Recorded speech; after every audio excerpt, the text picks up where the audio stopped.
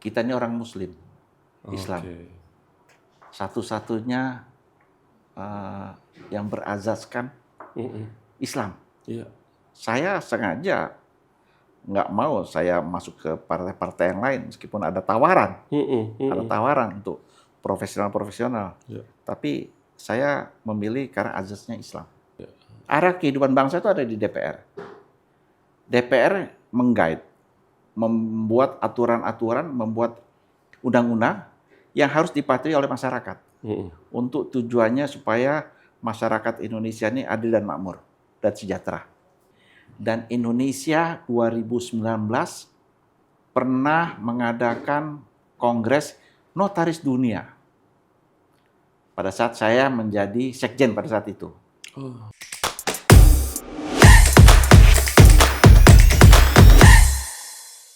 Assalamualaikum warahmatullahi wabarakatuh. Teman-teman apa kabar? Alhamdulillah ya.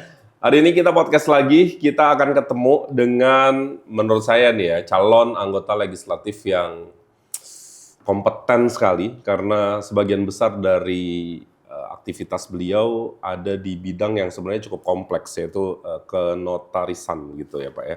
Dan beliau sekarang berada di dapil yang menurut saya nggak sederhana tuh, karena skala sosial menengah bawah cukup banyak di dapil ini, dan tentu kehadiran beliau diharapkan menjadi salah satu penerang atau lentera begitu ya buat masyarakat yang ada di sana. Langsung saya hadirkan Bapak Tri Firdaus Akbarsyah. Tepuk tangan dong.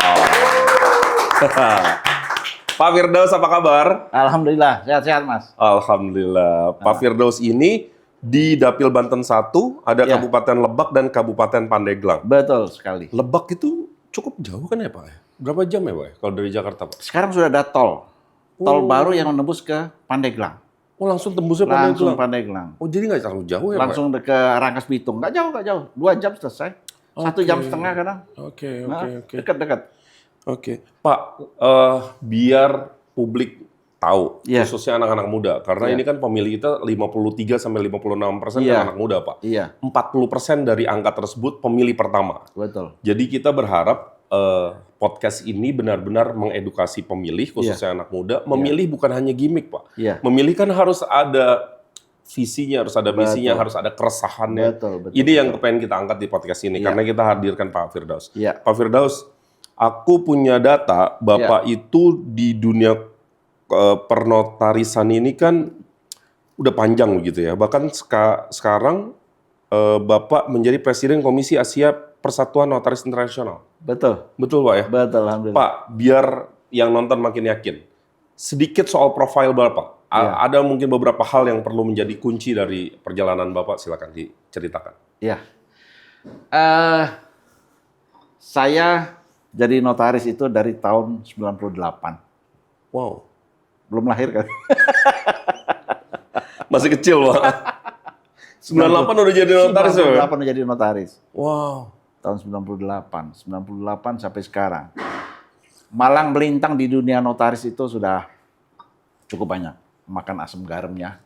Dan alhamdulillah saat sekarang ini saya dipercaya juga sebagai Ketua Umum Ikatan Notaris Indonesia. Anggota kita itu ada 21.500 notaris di seluruh Indonesia. Wow. Satu-satunya organisasi yang ada di Indonesia, notarisnya hanya satu organisasi. Beda sama pradi, beda sama lawyer ya. Iya, Lawyer kan banyak. Kalau notaris cuma satu. Wartawan juga sekarang banyak. Banyak. Notaris cuma satu, Pak? Notaris cuma satu. Oke. Sesuai dengan undang-undang UJN, Undang-Undang Jabatan Notaris. Dan di dunia hanya satu juga. Perkumpulan Notaris Dunia, UNL. UNL. Iya, Oke. berpusat di Prancis. Gitu loh. Nah, presidennya Lionel Galis. Dan Indonesia 2019 pernah mengadakan Kongres Notaris Dunia. Pada saat saya menjadi sekjen pada saat itu. Jadi kita memilih presiden notaris dunia di Indonesia. Dihadiri oleh Presiden Indonesia pada saat itu juga Pak Jokowi. Ya. Dan acara cukup sukses. 87 negara hadir. Wow. Oke. 87 negara, pesertanya kira-kira 3.000-an. 3.000 orang. Gitu loh. Jadi memang saat sekarang ini makin ke sini dunia ini makin melek hukum. Oke. Makin melek hukum. Oke. Dan orang-orang hukum ini ada di berbagai sektor. Termasuk politik ya? Termasuk politik. Politik pasti orang hukum. Iya, iya. Pak, aku jadi penasaran. Pak Firdaus itu benar-benar berkarir fokus, Pak ya? Fokus. Benar-benar di notaris, Pak? Di notaris. Sejak 98 hingga Iya. 2023, Iya. fokus di notaris? Masih Di notaris. Jakarta Selatan? Tadinya saya di Rangkas Bitung. Oh, di Rangkas Bitung. Iya, di Rangkas Bitung. 2002 saya pindah ke Jakarta. Sampai sekarang. Gitu loh. Oke. Jadi sudah 25 tahun jadi notaris ya. Sudah malang melintang Oke. di dunia notaris. Ah, Pak Firdaus, kenapa akhirnya Bapak dengan pengalaman yang begitu panjang di dunia kenotarisan dan masih sekarang Iya. melakukan profesi tersebut, kenapa akhirnya merasa harus terjun ke politik? Karena begini, arah kehidupan bangsa itu ada di DPR. Iya, iya. Arah kehidupan bangsa itu ada di DPR. DPR mengguide, membuat aturan-aturan, membuat undang-undang yang harus dipatuhi oleh masyarakat. Untuk tujuannya supaya masyarakat Indonesia ini adil dan makmur dan sejahtera. Nah, saya cukup berpengalaman di dunia notaris. Permasalahan-permasalahan, makin banyak manusia, makin banyak permasalahan. Iya. Makin banyak permasalahan. Makin kompleks. Makin kompleks. Dan aturan juga harus disesuaikan. Aturan yang lama sampai sekarang belum tentu bisa kepake. Disinilah, karena saya juga sudah sudah makan asam garam sudah cukup banyak. Saya mau mewakafkan diri saya di DPR untuk membantu untuk legislasi undang-undang. Pak, kenapa saat ini, Pak? Kenapa berpolitik? Karena Bapak ingin menjadi bagian untuk menentukan nasib dan arah bangsa. Iya. Kenapa sekarang? Ya, mungkin momennya sekarang ya. Momennya yang pas saat sekarang ini. Karena politik adalah momentum. Momentum, betul. Politik itu adalah momentum. Pas saat sekarang ini, ya saya tergerak. Oke, fine. Saya sudah nggak mikirin apa-apa lagi. Saya mikirin untuk dedikasi saya untuk masyarakat. Jadi dunia merasa sudah cukup, ya kan, berkarir sudah cukup banyak. Ini saya spill aja ya, selain notaris punya tempat fitness. Dan mungkin banyak usaha lainnya yang saya nggak tahu. Mungkin kalau lihat di Google ada tuh banyak tuh, Aduh, banyak. sama Mbak Google. Jadi merasa itu, Pak ya, merasa ini memang sudah waktunya ya, Iya. secara kematangan perjalanan juga ini Iya. waktu yang tepat untuk mengembalikan ke masyarakat. Iya, iya. Pak, kenapa P3, Pak? Nah, inilah kenapa P3. Iya. Kita ini orang Muslim, Islam. Oke. Satu-satunya yang berazaskan Islam. Iya. Saya sengaja nggak mau saya masuk ke partai-partai yang lain, meskipun ada tawaran. Ada tawaran untuk profesional-profesional. Iya. Tapi saya memilih karena azasnya Islam. Iya. Ya. 80%, hampir 90% penduduk Indonesia Orang Islam. beragama Islam. Iya. Gitu loh. Nah, akidah-akidah ini yang harus kita perkuat di dalam legislasi nanti di DPR. Harus kita perkuat. Ya, jadi pemikiran-pemikiran Islam itu kental sekali di P3 ya. Betul. Karena prinsip perjuangannya aja ada 6, nomor satunya itu ibadah. Salah satunya. Amar ma'ruf nahi mungkar, istiqomah, musyawarah, kebenaran, dan seterusnya. Betul. Dan itu saya rasa yang mahal di partai P3 ya, Betul. Pak. Betul. Oke. Betul. Pak, ini sih cuman andai-andai saya aja.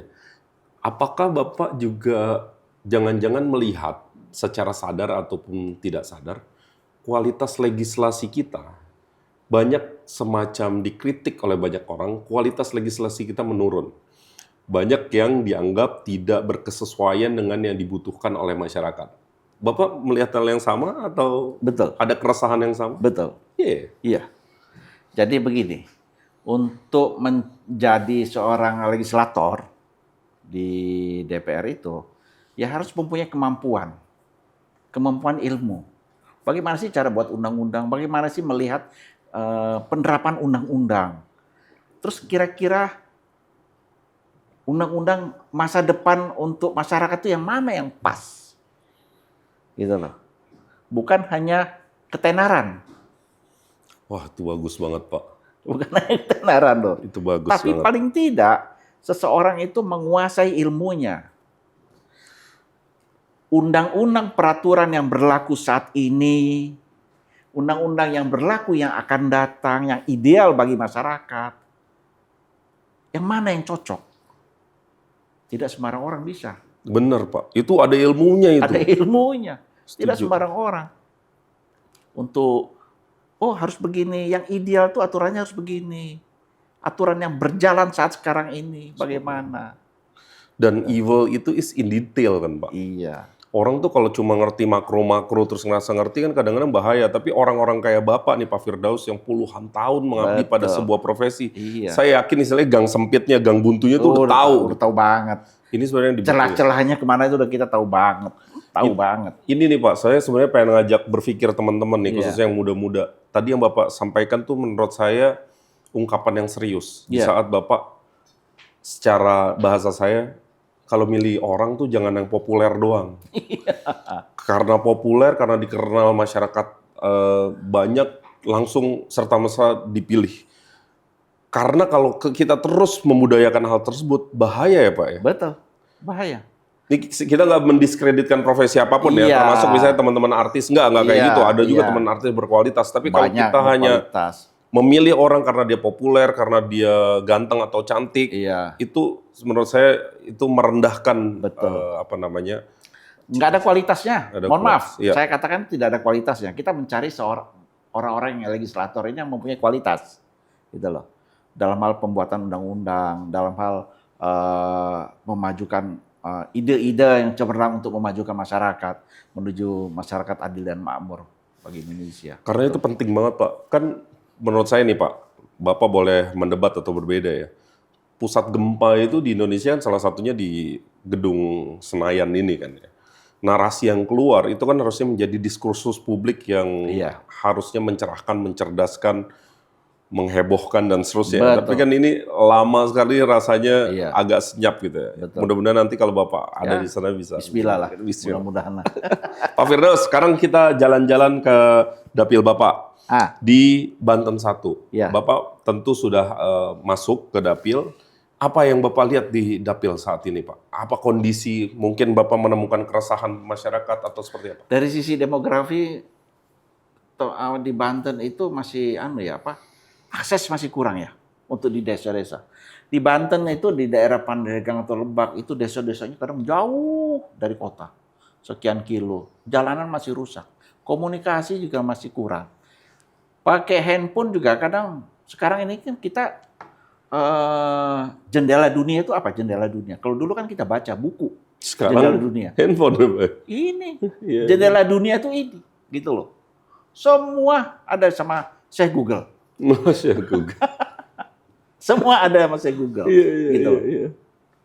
Saya melihat ada beberapa pesantren yang di sana, jauh dari situ. Hal komunikasi susah. Mereka masih saya katakan primitif ya. Ya Allah. Ya, masih jauh. Nah, ini yang harus kita ambil terobosan. Mereka mengeluh saya, Pak, jalan sehingga jalan rusak, sehingga orang mau masuk susah, mau keluar susah, gitu loh. Jadi ya mereka pasrah, akses satu, kedua melek hukumnya kurang. Oh, tergambar dari apa tuh Pak? Dari hal-hal kecil misalnya, sekarang di Indonesia ini kan untuk usaha supaya ekonomi maju, minimal dia punya badan hukum ataupun dia punya koperasi atau punya yayasan untuk pesantren ya, untuk kelompok-kelompok pesantren ya, untuk kelompok-kelompok masyarakat di desa-desa itu loh. Mereka nggak punya.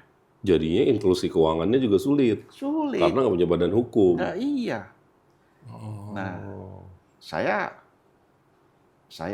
masuk ke sana, saya lihat, wah ini harus kita rubah. Kita harus rubah. Di Indonesia sekarang perseroan perorangan pun ada. Iya. Kita usaha ini ditopang oleh perbankan. Di mana-mana usaha ditopang oleh perbankan kan. Betul. Ya kan? Kita mau cari modal bisa ambil kredit. Paling nggak tanah kita gadein ya, untuk usaha perputaran gitu loh. Di sana itu kadang tanahnya masih girik, tanahnya juga masih belum bersertifikat gitu loh. Dan masih jauh lah. Paling tidak perekonomian UMKM, koperasi itu harus digalakkan. Indonesia bisa bertahan? Perekonomian kita bisa bertahan apa? UMKM. Kan? UMKM, tulang punggungnya. Tulang punggung. Hampir 90% kali ya itu. Iya. Tulang punggung. Iya. Itu kalau nggak salah tercatat kemarin tuh 72.000 UMKM di Indonesia. Yang baru berbadan hukum tuh baru 24.000. Seperti tahun saya. Nah itu. Seseorang hidup akan sejahtera, akan menuju ke makmur, harus perekonomiannya dibangkitkan. Nggak bisa. Kalau misalnya makan aja susah gimana? Gimana mau berpikir yang lebih jauh ya Pak? Iya. Jadi infrastruktur itu hal-hal dasar aja belum ini ya Pak ya. Kan kayak dulu kan misalnya jembatan, ya kan Pak, dari satu desa ke desa lain itu di sana masih susah. Dan uniknya ini hanya sepelemparan batu dari ibu kota negara Pak ya. Ini kan tetangga dari ibu kota Indonesia. Tapi kadang 2 jam deket kok. Oke. Pak, berarti kami dapatkan data nih ya, salah satu yang khas di sana juga adalah soal kemiskinan, kemudian ketimpangan, gitu ya. Ada disparitas pembangunan di antara Banten Utara dan Banten Selatan.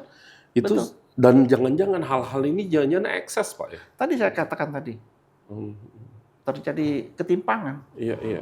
Memang ada beberapa desa, saya lihat ada beberapa desa.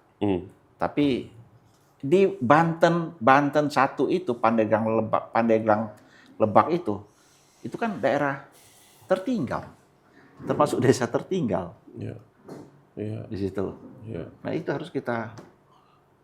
Dan sebenarnya itu Pak ya, tadi Bapak sempat bicara juga soal inklusi keuangan, perekonomian. Di sana ini kan budaya pesantrennya kuat ya Pak ya? Betul. Jangan-jangan itu sebenarnya peluang ya Pak ya? Karena pesantren sebagai lembaga kan sebenarnya bisa digerakkan menjadi misalnya entitas usaha dan seterusnya. Betul. Itu yang belum banyak terjadi juga ya Pak? Belum banyak. Saya kemarin ke salah satu pesantren Darul Abror di sana, itu mereka punya ada kira-kira ada 90 lokasi pesantren-pesantren. 90? 90. Wow. Dan yang mempunyai badan hukum itu hanya 1 apa 2 gitu loh.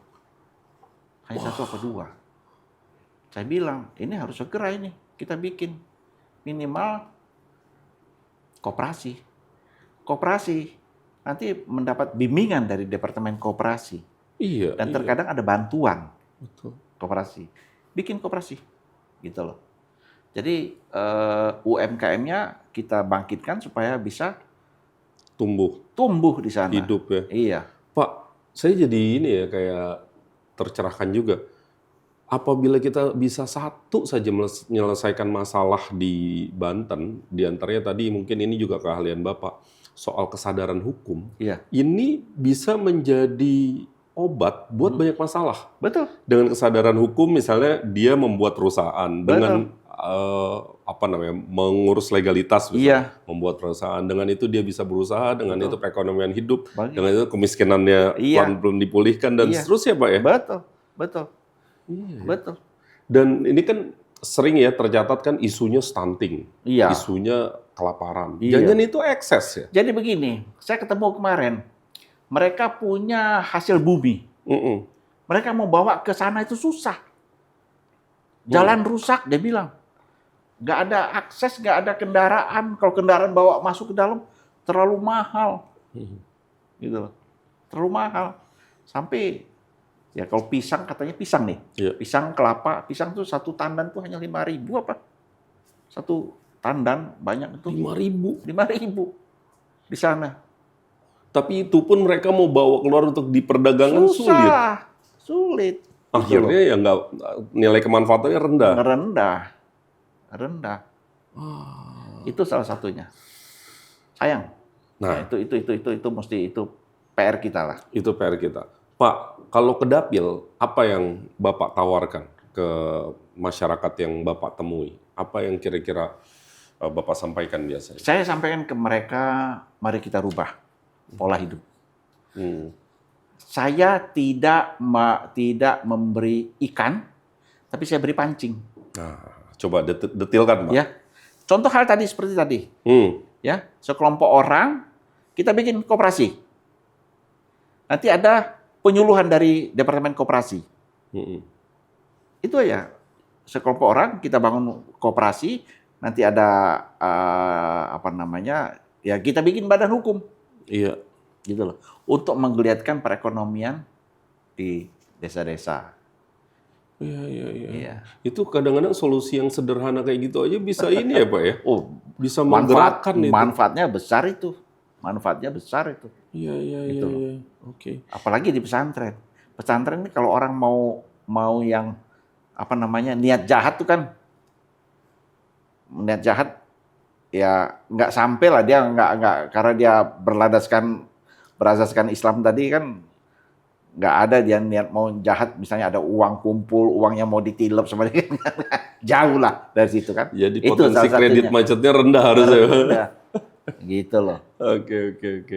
Ada lagi Pak yang biasanya Bapak janjikan gitu ke konstituen, kalau Anda memilih saya kurang lebih ini yang akan saya kontribusikan atau seperti apa? Komunikasi. Oh, maksudnya? Komunikasi. Jadi minimal hampir setiap orang tuh sudah punya handphone. Meskipun handphonenya jadul, tapi sudah bisa pakai WiFi, sudah bisa pakai ya beli pulsa, beli internet. Nah itu, saya berharap setiap desa tuh sudah harus punya Merdeka WiFi lah. Merdeka WiFi, bukan merdeka belajar. Jangan sampai mereka untuk terhubung dengan dunia internasional itu sulit gitu ya Pak. Iya, nggak usah kayak internasional lah. Paling tidak ada informasi pendidikan banyak sekali kan. Banyak sekali tuh yang di Google itu segala macam pendidikan, bagaimana sih cara mengelola suatu usaha, ada semua di situ. Mau mencari inspirasi kan gampang banget ya Pak ya di internet ya.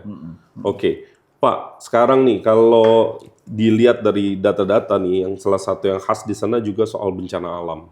Mulai dari banjir, mulai dari kalau nggak salah ada misalnya potensi misalnya gempa gitu ya di beberapa titik di sana. Ada nggak hal-hal yang menurut Bapak perlu untuk disampaikan terkait dengan potensi tantangan yang ada di sana, Pak? Kita tidak bisa menghindar kalau ada bencana alam. Kita paling tidak memberikan pendidikan bagaimana cara menghadapi bencana alam. Contoh di Jepang. Jepang itu kan sering sekali gempa bumi. Ya udah rutin loh kasarnya. Tapi paling tidak masyarakat itu tahu, oh kalau ada gempa saya harus begini. Nah itu tata cara itu yang harus kita sosialisasikan kepada masyarakat. Karena kalau ada bencana alam itu nggak bisa kita hindari, ya nggak bisa kita hindari. Dan peralatan juga untuk menghadapi bencana kita berikan edukasi lah ke mereka. Biasanya kan digangguin tuh, kayak misalnya saya waktu itu lihat di mana ya, di Aceh. Di Aceh itu untuk pendeteksian tsunami rusak.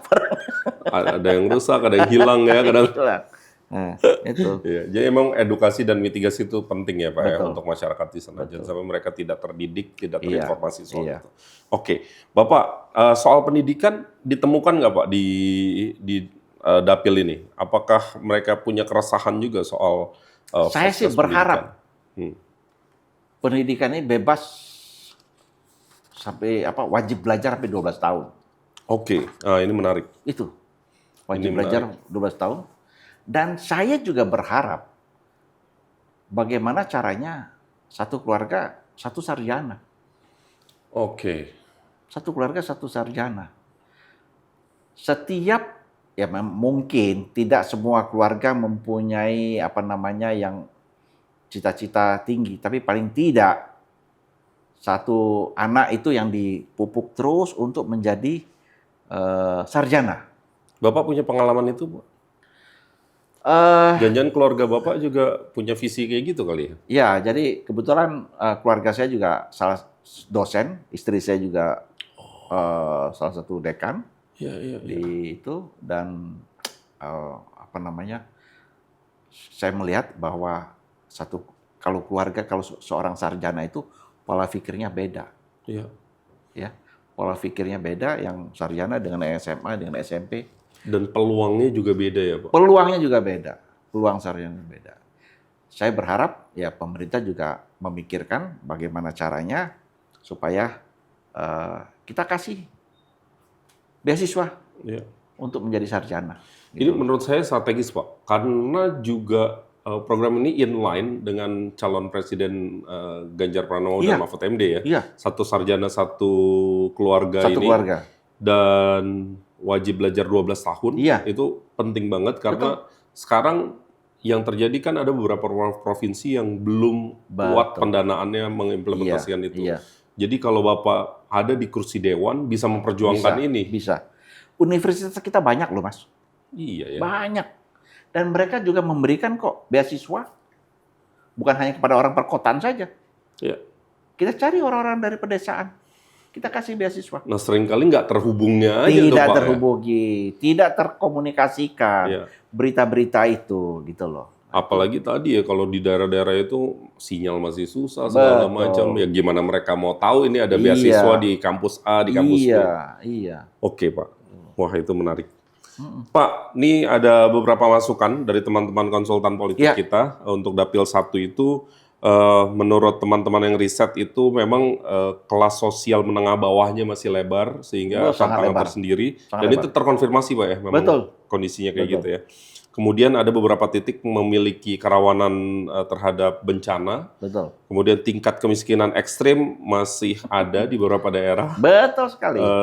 Kemudian di sini teman-teman itu memberikan semacam beberapa data lagi. Pastikan kampanye juga bersifat partisipatif, Iya. sehingga dapat melibatkan masyarakat dan intens. Iya. Kemudian kalau bisa jadi top of mind, Pak, Iya. jadi pembicaraan di Iya. tengah-tengah masyarakat dengan banyak cara, ya memviralkan konten atau misalnya turun ke dapil lebih Iya. sering dan Iya. seterusnya. Ini yang disampaikan oleh teman-teman, Iya. mudah-mudahan bermanfaat. Iya. Gitu ya Pak ya. Cocok nggak menurut Bapak dengan kondisi dapil Bapak? Saran-saran dari tim tadi? Cocok. Cocok ya? Memang itu yang dibutuhkan. Betul. Ya? Siap. Betul.